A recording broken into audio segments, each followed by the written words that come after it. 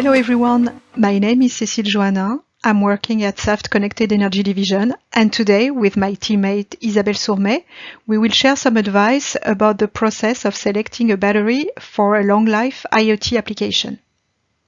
Some months ago, I was discussing with engineers about the pain points they've experienced with batteries in IoT. And someone really made my day by saying, well, the worst thing in IoT is to pick the wrong battery. At Saft, we often find that batteries are considered as an afterthought or as a minor component by IoT developers. But thankfully, the days where people were coming at us asking for a tiny battery cell to deliver current pulses up to 3 amps during several seconds for a duration of 10 years, these days are over. IoT solutions designers have become fully aware that batteries, as well as other hardware components and non-hardware functions, are critical to the success of their IoT project. So selecting the wrong battery can really turn your project into a nightmare, although you might not see that during the first months of field life. A bit like a mountain climbing expedition that can turn dramatic if you're not well prepared. But who are we exactly at Saft, and what do we do? Well, as some of you may know, we design and produce cells and batteries to power IoT applications, but also space applications like satellites, and also applications like aircrafts, trains, tramways, and we also develop backup batteries for data centers. So we don't really see ourselves as any battery vendor. Firstly, we are manufacturing different lithium primary solutions that may suit IoT use cases. The lithium thionyl chloride cells, coming with bobbin and spiral constructions, also lithium manganese dioxide cells, and finally hybrid solutions combining thionyl chloride bobbins with a lithium ion capacitor. So we won't simply push a battery technology versus another, because this is all we have. In fact, our goal is to successfully power IoT applications for the whole duration of its field life. We are convinced that choosing a battery for the IoT is not just about buying the highest capacity for the cheapest price. It's about finding the battery that is fit for purpose, reliable, secure, and that's going to offer the best capacity, and not just on paper, but during the whole field life. It's about finding the battery that's going to take you to the top of the mountain. But climbing the Everest can't be achieved alone. Then finding the right partners can be daunting. So how do we go about it? The good news is you are not alone. So let us be your hiking guide for the battery part and give you here some relevant tools and information to climb safely. Indeed, your battery manufacturer will be your best asset to reach the top. So Isabelle and myself will lead you through what's our vision of the development of an IoT project, and we will highlight the questions that must be answered at each stage because they will have an impact on the battery selection. We have summarized this process in 5 steps. So Isabelle, could you tell us more about the questions to ask yourself at project starts? Thanks for the question, Cécile. Everyone agrees on this. When starting an IoT project, you must first define your use case and your business case. The value the end user will be able to draw from the IoT solution will be the key to the success.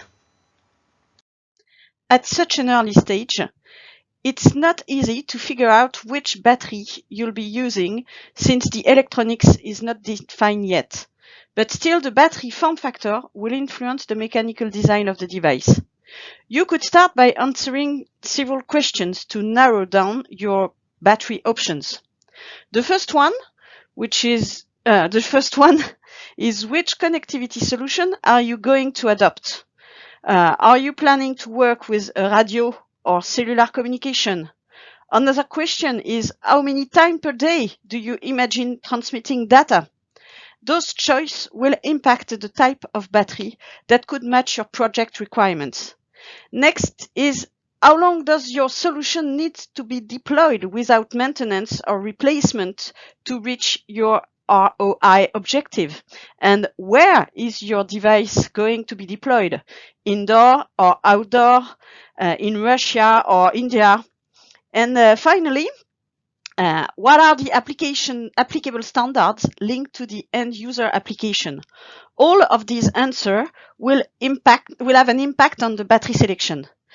To give you a first view of the battery options that could match this initial use case, we launch at SAFT IoT Smart Selector, a free online tool based on typical use case coming from various projects and customers. Battery datasheets can also be useful in this preliminary selection, but they don't offer any guidance on the right technology to select, nor on the battery size that will be able to deliver the necessary power to your device. But then what's happening? How to go forward with the battery during design phase? The next stage that will strongly impact the battery lifetime and therefore its selection is the electronic design phase.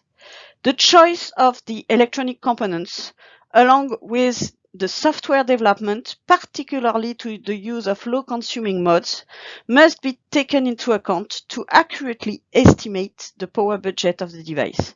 But there you could ask, Cécile, but isn't it another important thing to consider, such as the voltage response, for example?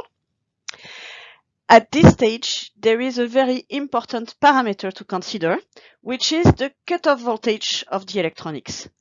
Indeed, if defined too high, this value can be a showstopper for the whole project, a real cause of being stopped at the base camp. To help you to understand how it impacts the battery choice, you can edit the cutoff voltage of the application in the IoT Smart Selector results page. You'll have to find the right trade-off between the electronics energy efficiency and the matching power solutions. Several optimization tools are there to help you in this decision process. WiseBat and Dutch Telecom IoT Solution Optimizer, for example. These tools allow developers to simulate different electronics solutions associated with their power supply. Additionally, a discussion with electronic and battery manufacturers can help refining your design hypothesis before going on to the next stage. Okay, so now the electronics is optimized and we have assessed the selected battery lifetime. So the next stage will be to move into the real world and test. What's important at this stage? From the project perspective, this step will ensure the use case ROI is achievable. And from the battery perspective, it will allow you to measure the real power consumption of your device while in use, hardware and software. Many tools exist on the market to precisely measure the device consumption, such as Coitec OT solution, which doesn't require extensive testing equipment to obtain relevant information. Then, to make sure that the battery can provide sufficient power in real conditions throughout the device's lifetime, you will need to provide the detailed use case conditions to your battery manufacturer. This will ensure the technical validation of the business case and allow you to go further with the industrialization of your solution. Industrialization is indeed the next step. And again, there are important matters related to the battery to succeed. Could you tell us more? The best partners at this stage are the electronic manufacturing services companies, the EMS. They will recommend a solution that will allow the scalability of their hardware solutions. They will also validate the business case by considering all the costs of the end-to-end solutions from cradle to grave. This includes the cost of installation, maintenance, disposal, and recycling, some of which are sometimes overlooked. From the battery perspective, the integration of the battery into the device can impact the battery design and cost. The connection between the device and its battery must be safe and reliable throughout the field life duration and conditions to meet the project's specification for cost, reliability, sustainability, and safety. Automated integration is not compatible with a mid-life battery replacement, for example. So now the solution is ready to be rolled out. This is the zero moment of truth. But wait a minute. There is one more thing before to plant your flag at the mountaintop. One of the tricky parts with lithium batteries is undoubtedly the transport and the logistics. Lithium batteries are all considered as dangerous goods, and as such, they must be transported and handled under strict certification rules and conditions. Companies outside the battery business have often felt overwhelmed with all this. So again, partner with your battery manufacturer to get knowledge and advice about these legal and safety requirements. To conclude this keynote, we would like to remind you that the battery can make or break your IoT business case. Battery selection is influenced by different aspects of your project, such as the use case or the electronics design. Saft is offering tools for developers to help taking all these parameters into account. By using them and by collaborating with the right partners, should they be battery manufacturers, EMS companies, or chipset manufacturers, IoT developers can make sure to find the right match for their IoT solution. The Everest is at their fingertips. Thanks a lot for your attention. You probably don't want to miss the workshop Saft is hosting with Quatech, as we will talk about batteries again. Have a good day.